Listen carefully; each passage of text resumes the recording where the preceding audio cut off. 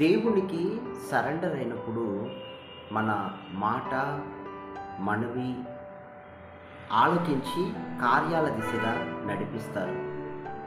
కానీ దేవునికి సరెండర్ అవ్వకుండగా నేను అది చేస్తా, నేను ఇది చేస్తా అని అన్నప్పుడు పో చేసుకోపో అని మన కొరకు దీర్ఘకాలం శాంతమూర్తుడుగా ఎదురు చూస్తాడు. ఎందుకంటే తిరిగి మరలా మనము ఆ మార్గములోనికి సర్వాన్ని కోల్పోయి వస్తామని ప్రభువుకు తెలుసు. కనుక మన సొంత మార్గాల్లో వెళ్ళినప్పుడు టైం వేస్ట్ అవుతుంది. దేవుణ్ణి కూడా మనం వెయిట్ చేయించినట్టు ఉంటుంది. ఆశీర్వాదాలు ఇచ్చే మహాప్రభువును మనం వెయిట్ చేయించినట్టుగా ఉంటుంది. కనుక ఆయన సమీపముగా ఉన్నప్పుడే మనం వేడుకొని సరెండర్ అయి ఆయన చిత్త ప్రకారం నడిపించబడినప్పుడు దేవుడు సంతోషిస్తాడు. ఆ ఆనందాన్ని మనకు దేవుడు చూపే దేవుడుగా ఉంటున్నాడు. ఈరోజు కొరకు నేనేమంటున్నానంటే, ఈ లోకములో పరిస్థితులు నీవి ఏ విధంగా ఉన్నా ఆ పరిస్థితులన్నిటినీ మార్చివేయగలిగిన ఒక ప్రార్థన గురించి ఈరోజు నూతన కృప వాగ్దాన కార్యక్రమంలో మనం వినబోతున్నాం. ఒక ప్రత్యేకమైన ప్రార్థనను, పరిస్థితులను మార్చగల ప్రార్థనను కూర్చి మనం ధ్యానించబోతున్నాం. బైబిల్ గ్రంథంలో నుండి యెషయా 58:11లో యెహోవా నిన్ను నిత్యము నడిపించును, క్షామకాలమున ఆయన నిన్ను తృప్తిపరిచి నీ ఎముకలను బలపరచును, నీవు నీరు కట్టిన తోట వలెను ఎప్పుడునూ ఉప్పుకుచుండు నీటి ఊట వలెను ఉండెదవు. ఆ రీతిగా దావీదు కూడా విశ్వాసముతో దేవుని సన్నిధిలో ఒక ప్రార్థన చేస్తాడు. కీర్తన 31:3లో మనం దాన్ని చదవచ్చును. ఆ ప్రార్థన, నా కొండ, నా కోట నీవే, నీ నామమును బట్టి త్రోవ చూపి నన్ను నడిపించుము, నా ఆశ్రయ దుర్గము నీవే. ఈరోజు ప్రారంభము నుండి కూడా ఈరోజు యొక్క ప్రారంభ సమయము నుండి కూడా ఈ డే మొత్తము మనం ఈ ప్రార్థన కలిగి ఉండాలి.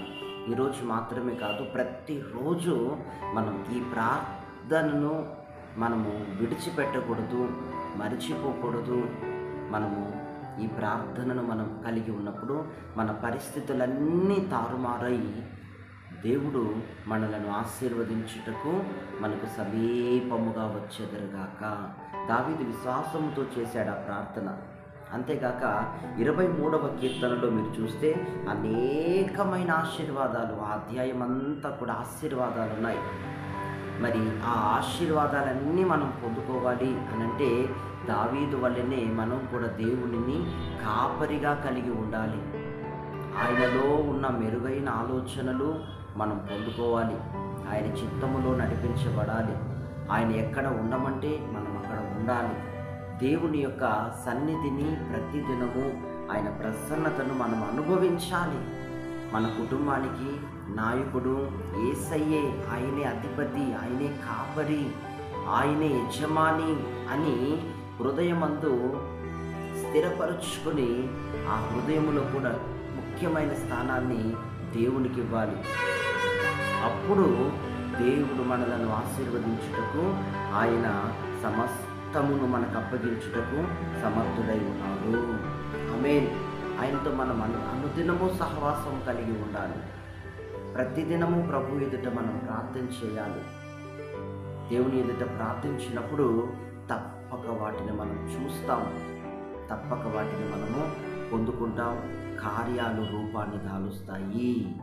ఆయనలో ఉన్న మహిమ అదేనండి. మనం దేని కొరకు ప్రార్థిస్తున్నామో దానిని మనకు చూపించి మనతో మాట్లాడే దేవుడు. మనం ప్రార్థించిన తరువాత ఆయన మనకు సూచనలు ఇస్తాడు. ప్రార్థిస్తూ ఉన్నప్పుడు కూడా ఆయన మనకు సూచనలు ఇస్తాడు. ఆ సూచనలను దేవుని వాక్యము ద్వారా గైకొని మనము అడుగులు ముందుకు వేసినప్పుడు ఆశీర్వాదకరముగా మార్చబడతాము. ఆమేన్. మరి దావీదు వంటి అటువంటి గొప్ప జీవితం మనం ఈ లోకంలో లీడ్ చేయటానికి దేవుని కాపరిగా కలిగి ఉండాలి. నెక్స్ట్ మన ఇంట్లో మనము మన యజమానిని గౌరవించాలి. ఎందుకంటే మన ఇంట్లో ఉన్న యజమానిని గౌరవించకుండా పరలోకములో ఉన్న దేవుణ్ణి కాపరిగా కలిగి ఉంటాను అనంటే అది ఎన్నటికీ కుదరని పని. కాబట్టి నీ కుటుంబంలో నీ యజమానిని నీవు గౌరవించాలి. నీ ఉద్యోగంలో నీ యొక్క యజమానిని నీవు గౌరవించాలి, నమ్మకంగా ఉండాలి. అంతేకాకుండా నీ కుటుంబంలో ఉన్న అందరితోనూ దేవుని నీతిని, దేవుని రాజ్యాన్ని గురించి ప్రతిరోజు కూడా నీవు పంచుకునే వ్యక్తివిగా ఉండాలి. ఆయన నీతిని, ఆయన రాజ్యాన్ని వెతికేవాడుగా ఉండాలి. ఆయన నీతిని, ఆయన రాజ్యాన్ని నీతో ఉన్న వారితో నీవు పంచుకునే వ్యక్తివిగా కూడా ఉండాలి. ఆయన నీతిని ఒప్పుకోవాలి. దేవుని ఎదుట నీ పాపమును, నీ యొక్క తొందరపాటును ప్రభు సన్నిధిలో ఒప్పుకోవాలి. నిందారహితుడవై జీవించాలి. అప్పుడు 23వ కీర్తనలో ఉన్న ఆ శ్రేష్టమైన ఆశీర్వాదాలన్నీ కూడా నీకు అనుగ్రహింపబడతాయి, నీకు ప్రాప్తింప చేయబడతాయి. నీకంటే ముందుగా వెళ్ళి ప్రభువు నీ కార్యములన్నీ చక్కపరుస్తాడు. మహాపరిశుద్ధుడా, జీవము గల తండ్రి, ఎందరి ఉదయకాలం వాగ్దాన కార్యక్రమాన్ని వీక్షిస్తూ ఉన్నారు. వారి జీవితంలో ప్రభా కన్నీరంతా తుడిచివేయండి, వేదన అంగలార్పును కొట్టివేయండి. దావీదు వలె మేము మిమ్మల్ని కాపరిగా కలిగి ఉండటానికి సహాయం చేయండి. అంతేగాక మా కుటుంబంలో ఉన్న యజమానికి, ఉద్యోగంలో ఉన్న యజమానికి, సేవలో ఉన్న యజమానికి, మేము మా పై ఉన్న యజమానులకు మేము లోబడి ఉండుటకు, వారి మాట ప్రకారం జరిగించుటకు సహాయం చేయండి. మాతో ఉన్న వారితో మీ నీతిని, మీ రాజ్యాన్ని ధ్యానించే కృపనివ్వండి.